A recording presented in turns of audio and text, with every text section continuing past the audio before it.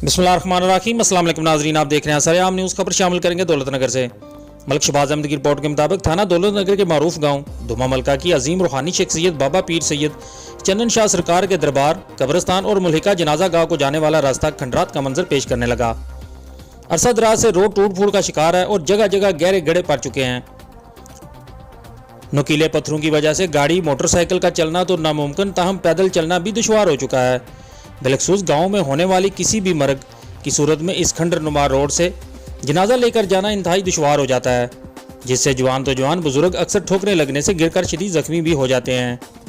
गांव के बासी अपने प्यारों की कब्रों पर फातिहा ख्वानी करने से भी गुरेज करते हैं। ज़रूरत इस अमर किया कि इस रोड को फिलफौर तमीर के लिए इक़दाम किए जाएँ।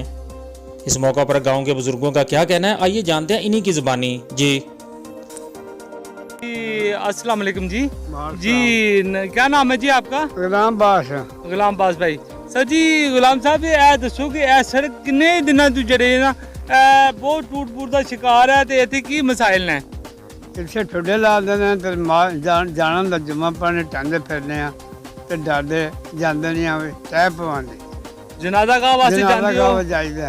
हाँ जी। माँ प्यो से मर गया उत्थे को जाके दुआ शा मंगनी हुंदी है। जी जी ते बहुत जरूरी काम है।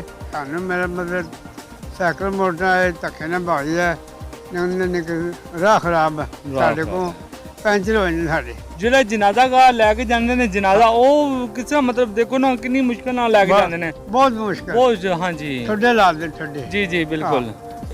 जी अस्सलाम वालेकुम जी, हम बात कर रहे हैं जी। क्या नाम है सर आपका? मोहम्मद इलियास। मोहम्मद इलियास साहब एज रोड के बारे च की कहंदे हो? सर रोड के बारे ਅਸੀਂ ਕਹਿੰਦੇ ਹਾਂ ਕਿ ਕਮ ਸੇ ਕਮ ਇਹਨੂੰ 2-3 ਸਾਲ ਹੋ ਗਏ ਨੇ ਟੁੱਟੀਆਂ, ਬਿਲਕੁਲ ਜਨਾਜ਼ਾ ਲੈ ਕੇ ਜਾਈਦਾ ਤੇ ਠੁੱਡੇ ਲੱਗਦੇ ਨੇ, ਤੇ ਬਰਾਏ ਮਿਹਰਬਾਨੀ ਕਰਕੇ ਸਾਡੀ ਪੀਲ ਹੈ ਕਿ ਰਾਹ ਬਣਾਇਆ ਜਾਏ।